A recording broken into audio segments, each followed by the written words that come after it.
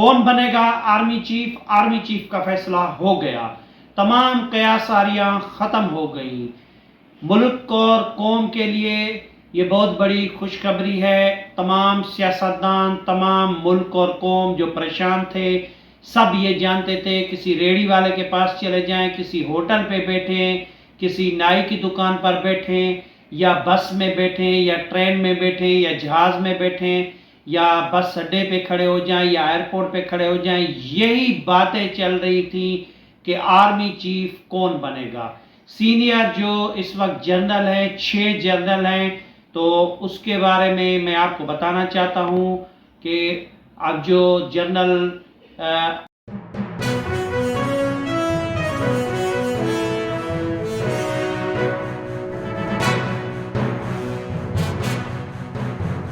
السلام ناظرین، میں ہوں سکندر علی، میں آپ سے کراچی سے مخاطب ہوں۔ ناظرین، جنرل کون سا ہے جو خوش نصیب جس کو آرمی چیف کی کمان ملنے والی ہے؟ وہ سپہ سالار، اس کا نام جو ہے کس کا تعین ہوگا، کون ہوگا، میں آپ کو وہ بھی بتا رہا ہوں، لیکن اس سے پہلے میں تھوڑا سا آپ کو تعارف کرا لوں۔ اس وقت پاکستان فوج میں جو 30 لیفٹیننٹ جنرلز ہیں، جن میں 6 لیفٹیننٹ جنرل ایسے ہیں جو آرمی چیف کے عہدے کے لیے مقرر ہوں گے، ان میں سے ایک کوئی خوش نصیب ہوگا جس کو پاکستان آرمی کی کمان ملے گی، یعنی وہ ہمارا سپہ سالار بنے گا۔ تو اس بارے میں آپ کو جو سینئر ترین 6 جنرل ہیں ان کا تھوڑا سا میں آپ کو تعارف کرا دوں، تاکہ ملک اور قوم کو پتہ چلے کہ یہ کون کون سے جنرلز ہیں جو آرمی چیف کی دوڑ میں ہیں اس وقت۔ لیفٹیننٹ جنرل عاصم منیر ہیں، جو سن 2018 میں لیفٹیننٹ جنرل پر پروموٹ ہوئے۔ اس کے بعد وہ فرنٹیئر فورس ریجمنٹ سے تعلق رکھنے والے عاصم منیر کی 27 نومبر 2022 کو مدت ملازمت مکمل ہوگی، 27 نومبر 2022 کو، یعنی لہٰذا اگر آرمی چیف چاہیں تو ان کا نام آئندہ آرمی چیف یا chairman joint chief of staff کے لیے بھجوایا جا سکتا ہے۔ اگر وہ نام بھجوایا گیا اگر آرمی چیف یا جوائنٹ چیف آف اسٹاف کے لیے، تو 3 سال کے لیے یہ اپنا لیفٹیننٹ عاصم منیر جو ہے، آپ تصاویر میں بھی دیکھ رہے ہوں گے، وہ بن سکتے ہیں۔ اگر نہیں تو وہ 27 نومبر 2022 جو ہے اس کو ریٹائر ہو جائیں گے، جس میں چند دن ہی رہ گئے ہیں۔ آپ یہ تصویروں میں دیکھ رہے ہوں گے، لیفٹیننٹ عاصم منیر جو ہیں اس کو بھی دیکھ رہے ہوں گے۔ اب میں آپ کو جنرل عاصم منیر جو ہے وہ خفیہ ادارے انٹرنل سروسز انٹیلیجنس یعنی ISI اور ملٹری انٹیلیجنس کے بھی سربراہ رہ چکے ہیں۔ وہ گجرانوالہ کور کمانڈر بھی رہ چکے ہیں۔ اس کے بعد اس وقت جو ہے وہ کوارٹر ماسٹر جنرل کے عہدے پر اس وقت کام کر رہے ہیں۔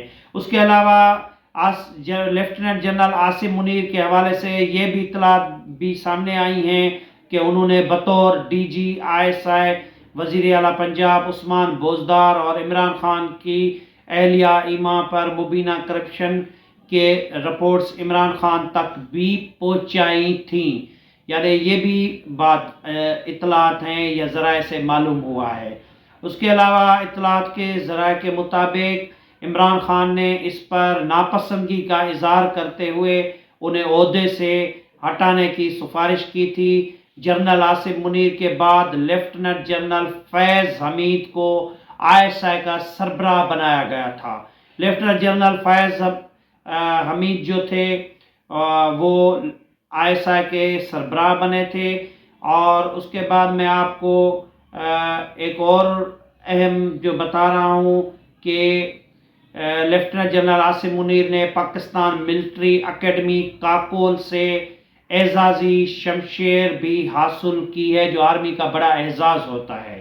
اس کے علاوہ ایک اور لیفٹیننٹ جنرل صاحب ہیں جن کا میں آپ کو یہ تصاویر میں بھی آپ دیکھ رہے ہوں گے، ان میں وہ بھی شامل ہے اس دور میں 6 جنرلوں میں، جس میں لیفٹیننٹ جنرل ساحر شمشاد مرزا ہیں، سندھ ریجمنٹ سے تعلق رکھنے والے lieutenant general Sahir Shamshad director general DG military operation کے عہدے پر کام کرتے رہے ہیں۔ اس کے علاوہ چیف آف جنرل اسٹاف کے علاوہ general officer commander GOC Okara fries بھی انجام دیتے رہے ہیں۔ اس کے علاوہ اس وقت وہ راولپنڈی کور کے کمانڈنگ کے طور پر خدمات سر انجام دے رہے ہیں۔ لیفٹنٹ سائر شمشاد مرزا جو ہیں اس کے بارے میں نے آپ کو یہ تفصیل بتائی، وہ بھی اس دوڑ میں شامل ہیں۔ اور اس کے بعد ہیں لیفٹنٹ جنرل اطہر عباس۔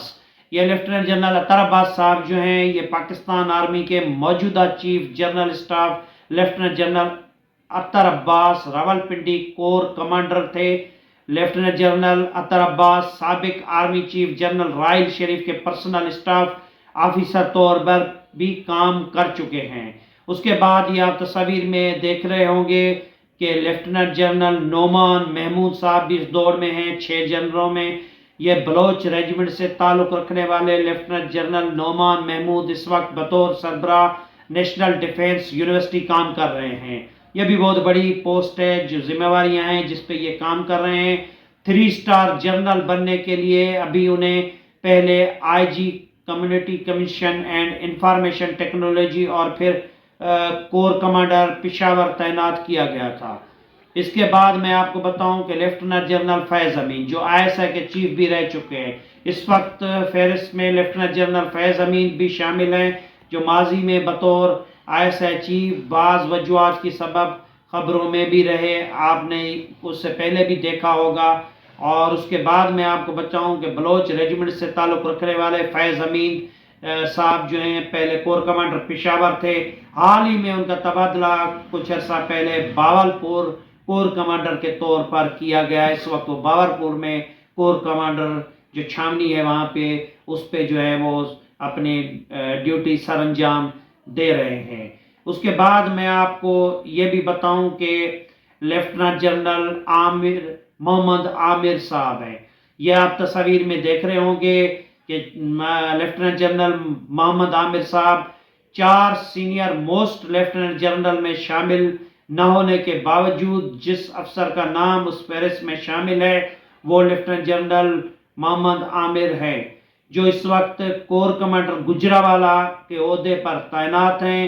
لیفٹنٹ جنرل محمد عامر فوج کے الٹری ریجمنٹ سے تعلق رکھتے ہیں اور ماضی میں وہ سابق صدر آصف علی زرداری کے ملٹری سیکرٹری کے بطور کام کر چکے ہیں۔